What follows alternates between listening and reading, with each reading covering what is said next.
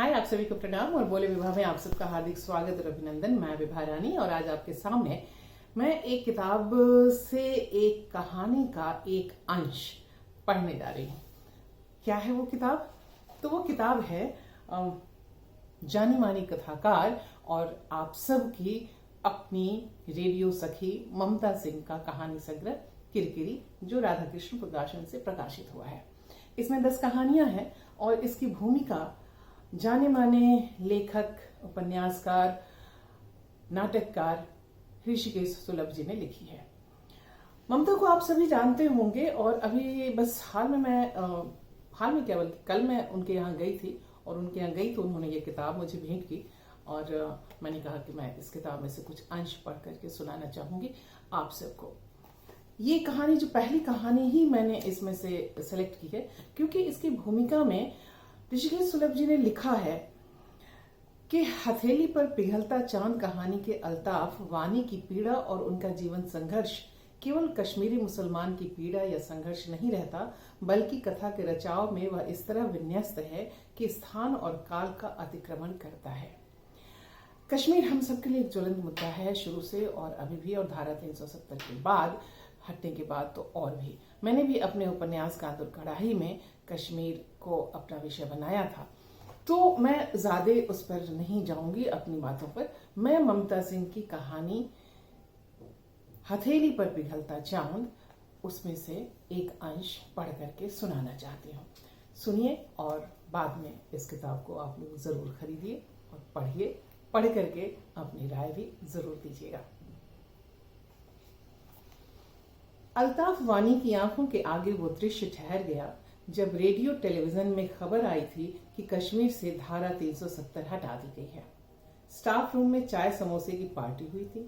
8वीं क्लास के छात्रों को बरामदे में एकत्रित कर यूट्यूब पर गाना कितनी खूबसूरत ये तस्वीर है, ये कश्मीर है बजाकर कुछ महिला टीचर्स ने डांस भी किया था। आप अपना दिल छोटा ना कीजिए, कहते हुए मधु शर्मा ने स्टाफ रूम के कोने में बैठे अल्ताफ वानी के सामने समोसे की प्लेट बढ़ा दी थी। लीजिए, चाय पी लीजिए, आज तो जश्न का दिन है। मधु जी, दिल को समझने के लिए तंग दिल दिमाग नहीं, बल्कि आसमान जैसा खुला दिल चाहिए। हमेशा शायराना अंदाज में ही चौंटा मारता है। सैंडल खट खट करती हुई मधु शर्मा स्टाफ रूम से निकलकर बरामदे में छात्रों के बीच गुम हो गई। इनमें से किसी को नहीं मालूम कि अल्ताफ वानी बचपन में अमन पंडित अंकल के घर रोज शाम की पूजा आरती करते और माता के जगराता में जय माता दी का जयकारा लगाते हुए प्रभात फेरियां करते थे। उनके घर में जब पंडित अंकल और रैना आंटी पूजा पर बैठते तो हवन के लिए अम्मी जान समिधा तैयार करती और 21 आहुतियां खुद भी हवन कुंड में डालती। रैना आंटी बड़े प्यार से सबको प्रसाद खिलाती। अम्मी जान रोज कुरान पढ़ती और अपने बच्चों से यही कहती, दुनिया में एक ही मजहब है, इंसानियत का। जब भी इबादत करो, दुनिया में अमन चैन की दुआ करो। कभी कभी वे उपनिषद और महाभारत के किस्से भी सुनाती। उन्हें संस्कृत का भी इल्म था। अल्ताफ वानी को जितना नमाज पढ़कर सुकून मिलता, उतना ही पूजा आरती करके। किसी के भीतर गहराई से धंसी बात को काटना या बदल पाना बरसाती नदी पार करने जैसा मुश्किल है और इस मुश्किल का सामना अल्ताफ वानी को रोज करना पड़ता है। उन्हें खुद की इंसानियत और वफादारी का इम्तिहान रोज देना पड़ता है। लोगों के शक की धुंध से खुद को बचा पाना कितना मुश्किल है, ये वही समझ सकता है जो दिन रात इससे गुजरता रहा हो। और तो और स्कूल के प्रिंसिपल को भी लगता है कि अल्ताफ वानी किसी रोज बखेड़ा खड़ा करेगा। नाहक इसने किसी एक टीचर की जगह हड़प ली है। उस रोज नाटक के रिहर्सल के दौरान प्रिंसिपल राठौड़ साहब ने पियून से संदेश भेजा, साहब ने अर्जेंट बुलाया है। चाय पियोगे या कॉफी? राठौड़ साहब ने मुस्कुराकर पूछा। जी, कॉफी। ओह हाँ, आपके यहाँ तो कहवा पिया जाता है ना? जी, चाय और कॉफी भी। कॉफी आई, एक मग काला, एक सफेद चित्तीदार।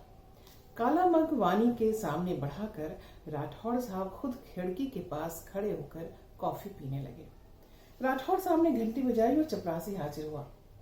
ये वाला मग धोकर बाहर की अलमारी में अलग से रख देना, वानी जी के लिए खास कश्मीरी है, कहते हुए वे मुस्कुरा दिए।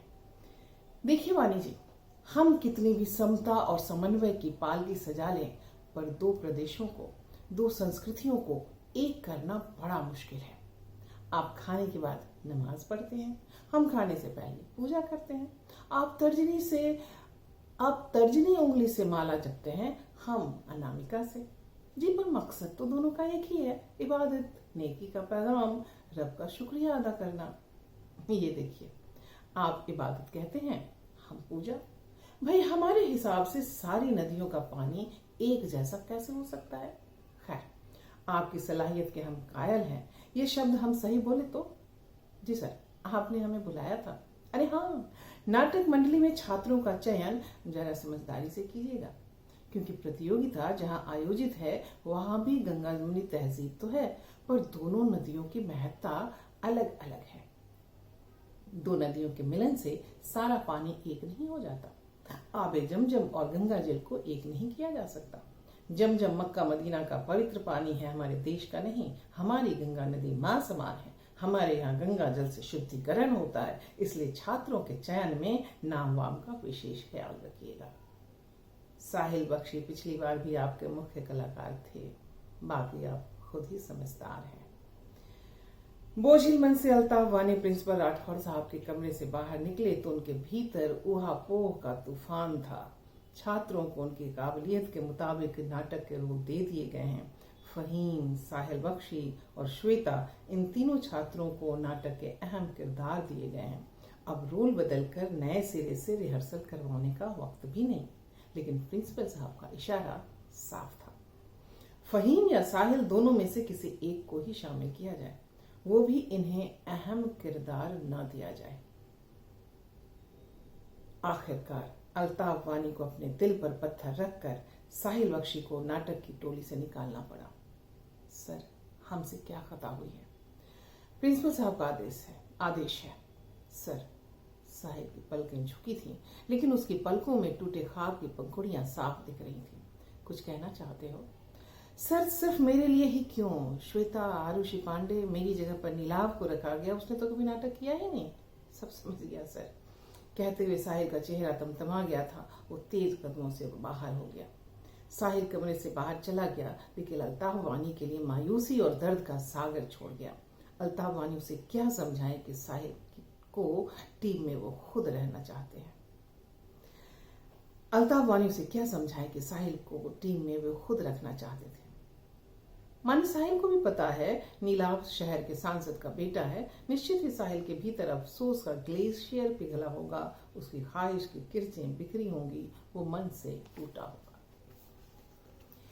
लंबी कहानी है, 10 कहानियों का ये संग्रह है, पर जैसी ममता की आदत है और ममता लिखती रही हैं अलग अलग विषयों पर और बड़ी बारीकी से अपनी बातें कहती हैं। शब्दों का चयन बहुत खूबसूरत होता है, उसमें एक काव्य जैसा एक प्रवाह होता है।